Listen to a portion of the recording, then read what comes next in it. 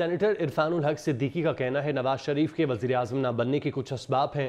خوش دلی کے ساتھ معاملات نہیں ہو رہے۔ بولے کوئی پارٹی اگر حکومت نہیں بناتی تو اسمبلی پھر ٹوٹ جائے گی۔ اگر اسمبلی ٹوٹ گئی تو کیا پھر 90 دن میں انتخابات ہوں گے؟ ایک پارٹی یا کچھ لوگ ایسے آ گئے جو کسی سے ہاتھ نہیں ملانا چاہتے۔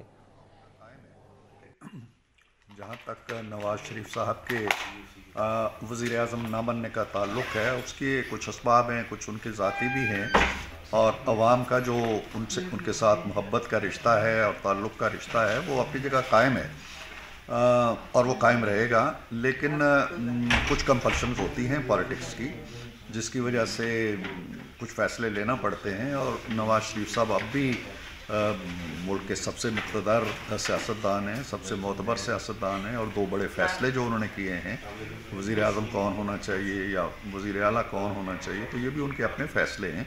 تو ان کی جو قوت ہے یا ان کا اختیار ہے یا لوگوں کے ساتھ ان کا ریلیشن شپ ہے، اس میں کوئی فرق نہیں آیا میرا خیال ہے، اور وہ جاری رہے گا اور وہ گہرا ہوگا انشاءاللہ۔ دیکھیے، کمپلشنز ہوتی ہیں حالات کی، یہ کوئی بہت ہی جسے کہتے ہیں نا خوش دلی کے ساتھ معاملات نہیں ہو رہے ہیں۔